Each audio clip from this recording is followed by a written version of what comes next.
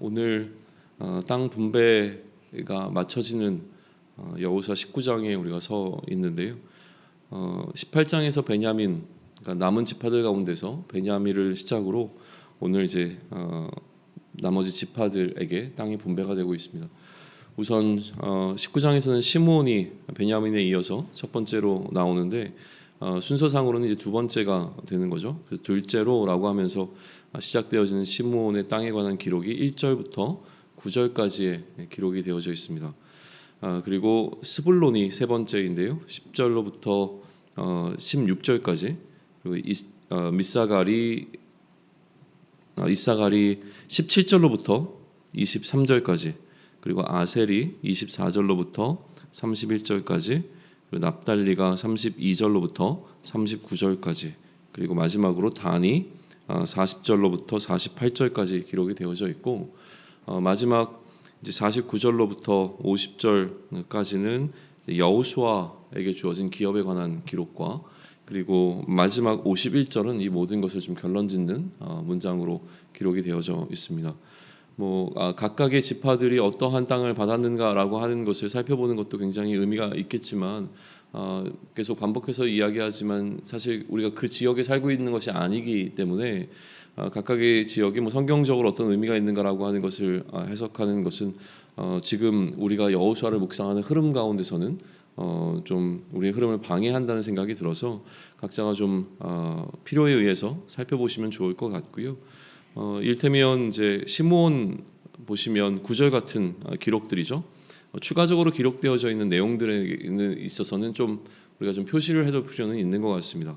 시므온 자손의 기업은 유다 자손의 기업 중에서 취하였다라고 되어 있어요. 이미 이제 유다 자손은 땅을 분배받았는데 이 뒤이어 땅을 분배받게 되어지는 지파 가운데서 유다가 이미 분배받은 그 땅을 분배받게 되었다는 사실은 우리에게 굉장히 많은 것들을 묵상할 수 있는 주제가 되어지죠. 그리고 그 이유에 대해서 설명하게 되어지는데, 유다 자손의 분깃이 자기들에게 너무 많으므로 시므온 자손이 자기의 기업을 그들의 기업 중에서 받음이었더라라고 설명되어 있는 이 한 문장을 통해서 우리는 참 많은 것들을 묵상해낼 수 있을 겁니다. 그러다 보니까 기본적으로 그들이 어떠한 땅을 받았는가라고 하는 것을 살펴보는 것, 그리고 그 땅의 분배가 왜 이렇게 되었는가라고 하는 것이 추가적인 설명이 붙어 있다면 그 추가적인 설명에 좀 더 주목해 보면서 각각의 지파들의 땅의 경계를 살펴보시는 것은 필요한 것 같고요. 또 하나, 이제 그렇게 분배된 땅에서 일어나게 되어지는 이후의 어떤 일들에 대해서 우리가 알고 있는 것들이 있다면, 그래서 단지파에 관해서 우리가 알고 있는 그 미래적 사건을 우리는 이미 다 알고 있잖아요. 그러니까 그런 사건 속에서 지금 분배된 이 땅이 어떤 의미를 갖게 되어지는가라고 하는 것들을 묵상할 수 있다면, 그렇게 각 지파에게 분배된 땅을 묵상해 나가시면 좋을 것 같은데요. 그러나 오늘 우리가 지금 여호수아를 묵상하는 어떤 그 흐름 속에서 짚어보고 싶은 어떤 묵상의 주제들은 좀 다른 것들입니다. 여러 가지로 좀 제시를 해드리면 좋을 것 같은데요. 첫 번째는 무엇이냐면, 기본적으로 여호수아 19장에서 다루고 있는 핵심 내용은 그 땅 나누는 일이 맞춰졌다라고 하는 사실입니다.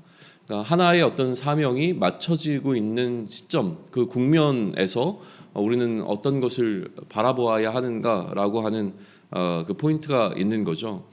그래서 그 마침이라고 하는 것에 좀 주목하면서 묵상을 하시면 좋을 것 같아요. 그들이 이것을 위해서 달려왔고, 또 중간에 하나님께서 여호수아가 나이가 들고 난 다음에 이 분배하는 것을 이제 실제로 시작을 하셨는데, 그렇게 되었던 이 분배의 일이 맞춰졌다라고 하는 것이 어떤 의미가 있겠는가를 첫 번째 묵상의 주제로 삼고 말씀을 좀 살펴보시면 좋겠고요. 두 번째는 그렇게 땅을 나누는 과정 가운데서 지파별로만 땅이 나눠진 것이 아니라 특별히 두 명의 개인에게 땅이 분배가 되고 있는 지점을 우리는 좀 생각해 볼 필요가 있습니다. 첫 번째는 갈렙이라고 하는 한 인물에게 땅이 주어졌고요. 그리고 마지막에는 여호수아에게 땅이 또 분배가 되어졌습니다. 각 지파별로 나눠져야 되는 그 땅 가운데서 갈렙과 여호수아에게는 왜 특별히 이 땅이 분배되었을까에 대해서 질문을 던져볼 필요는 있는 것이죠. 단순히 땅이 그들에게 주어지는 기업이라고 하는 의미를 넘어서서 그 땅 자체가 갖고 있었던 어떤 정복이라고 하는 개념 속에서 바라보게 되어진다면 갈렙과 여호수아에게 주어진 이 땅의 의미가 무엇인가, 또 그들이 이러한 정복의 전쟁에 있어서 어떠한 포지션을 차지하고 있는가, 처음부터 정탐꾼이었을 때로부터 시작하여서 이스라엘의 가장 탁월한 리더십의 자리에 오르는 그때까지의 모든 여정 가운데 이 두 사람에게 가나안 땅을 정복한다는 것은 과연 무슨 의미였으며 그것이 이들에게 이렇게 기업으로 주어지게 된 것이 어떠한 상징성을 갖고 있는가라고 하는 부분에 대해서 또 묵상해 보시면 좋은 의미들을 좀 발견할 수 있을 거라고 생각을 합니다. 세 번째는 이들이 이렇게 땅을 나누는 과정 가운데서 이 모든 일은 실로에 위치하고 있는 회막 앞에서 이루어졌다는 사실이죠. 단순히 그것은 어떤 한 지점을 이야기하는 것이 아니라 그 지점 자체가 하나님의 임재를 상징하는 곳에 바로 앞에서 이루어졌다고 하는 것은 우리가 흔히 얘기하는 그 코람데오라고 하는 하나님 앞에서 이 모든 일들이 이루어졌으며 이 일에 대해서 하나님께서 인정하고 계신다라고 하는 것이 그 배경 가운데 깔려 있는 표현일 수 있거든요. 그러니까 그런 차원에서 하나님 앞에서 결정되어진 이 분배의 모든 과정들의 권위가 좀 부여되는 의미로 해석할 수 있을 것 같습니다. 그러니까 이들은 지금 땅을 나누는 일을 마쳤고 그 땅을 나누는 일 가운데서 지파별로 그리고 또 개인에게 모든 땅이 분배가 되었는데 이 모든 거의 결정은 하나님 앞에서 이루어진 일이며 하나님께서 이것을 인정하셨다라고 하는 그 영적 권위 속에서 이것은 이후에 이 이스라엘 민족들이 그 땅을 바라보는 그 관점을 단순히 사람들의 합의에 의한 분배가 아니라 하나님의 결정으로 받아들이게 하는데 큰 역할을 했을 것이라고 우리는 묵상해 볼 수 있을 것 같습니다. 그렇기에 어떠한 일의 결정이라고 하는 것을 하나님 앞에서 어떻게 우리가 내릴 것인가라고 하는 포인트를 세 번째 포인트로 잡고 묵상하는 것도 의미가 있을 것 같고요. 앞서 이야기한 것처럼 이 두 명의 개인에게 주어진 기업이라고 하는 사실을 묵상하는 가운데 갈렙과 여호수아라고 하는 이 두 인물을 다시 한번 묵상해 보는 것도 굉장히 의미 있는 묵상이 될 거라고 믿습니다.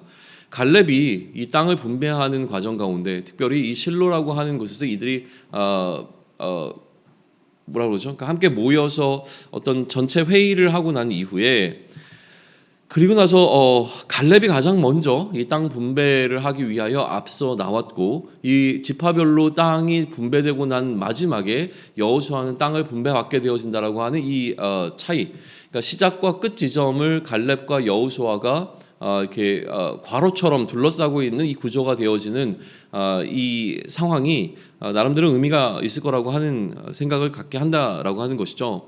여호수아가 마지막, 그러니까 갈렙이 먼저였다라고 하는 사실 속에서 우리는 이 갈렙이라고 하는 한 인물을 묵상해 본 적이 있었죠. 마찬가지로 여호수아가 마지막이라고 하는 것에 포커스를 둬서 묵상을 한다면 그 나름대로 거기에 굉장히 큰 의미들을 발견해내는 여러 가지 제안들을 우리는 마주할 수 있게 되어지는데요.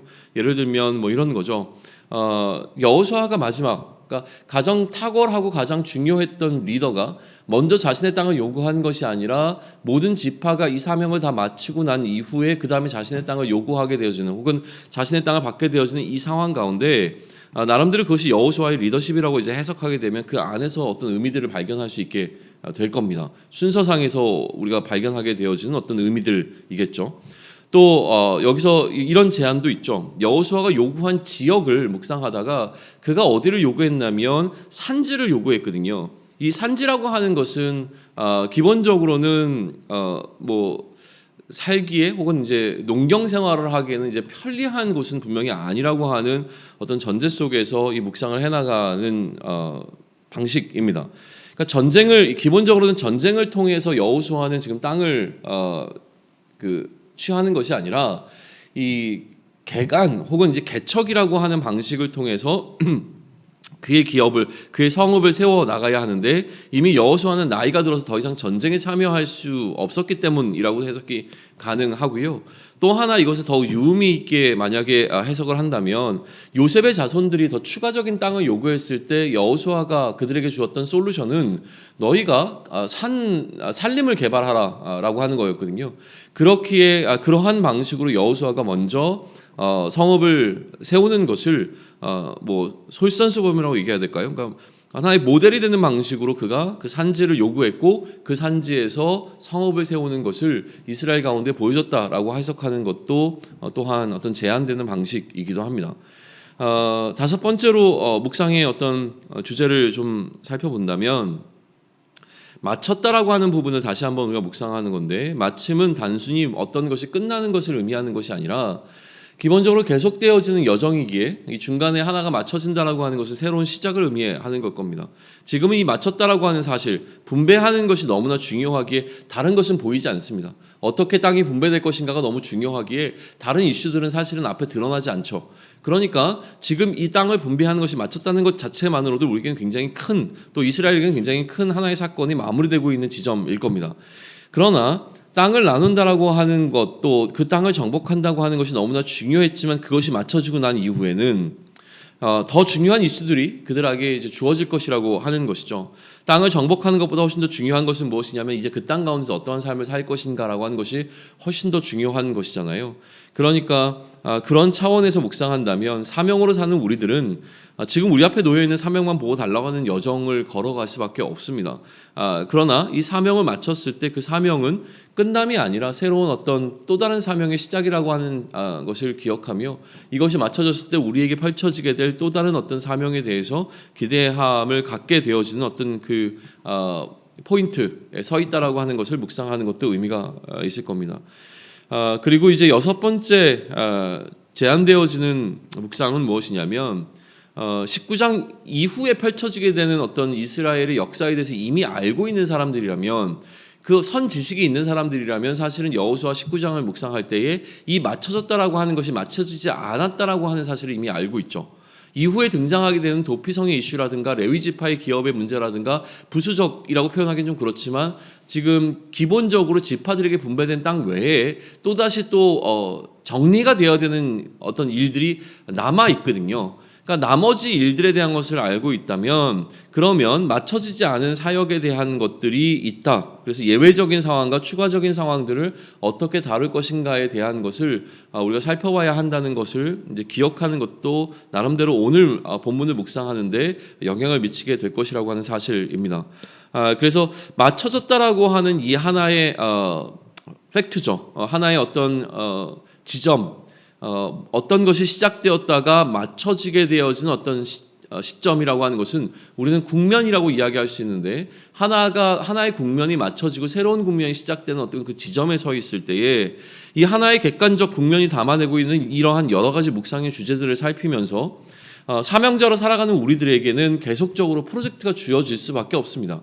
그 하나하나의 건이 우리에게는 굉장히 중요한 사명들이 되어지는 것이죠. 그러나 하나의 거대한 사명, 하나님께서 우리를 이 땅에 놓아두신 그 사명이 맞춰지는 그날까지 우리에게는 세세한 어떤 사명들이 주어진다라고 하는 거예요. 그 하나의 태스크처럼 혹은 하나의 프로젝트처럼 우리 앞에 놓여져 있을 때에 그것이 하나하나 맞춰지는 과정 가운데 우리에게 주는 이러한 묵상의 주제들, 다시 얘기하면 결국 이 묵상의 주제들은 우리에게 주어진 하나님의 은혜일 거거든요. 그러니까 우리에게 주어지는 은혜, 또 그 가운데서 우리가 어떻게 이 은혜를 누릴 것인가라고 하는 것을 묵상하며 이 이스라엘에게 주어졌던 하나의 프로젝트가 맞춰지는 이 지점 가운데 오늘 우리에게 주어진 하나님의 그 사명이 맞춰질 때에 그때 우리는 어떠한 시점, 어떠한 관점에서 이 사건을 바라볼 것인가라고 하는 여러 가지 주제들을 기억해내고 오늘의 우리의 삶 가운데 혹은 이제까지 우리의 삶 가운데 있었던 어떤 일들을 다시 돌아보며 하나님의 은혜를 더욱더 우리가 기억하고 또 세밀하게 그 은혜들을 분별해낼 수 있는 그러한 날이 되기를 소망합니다.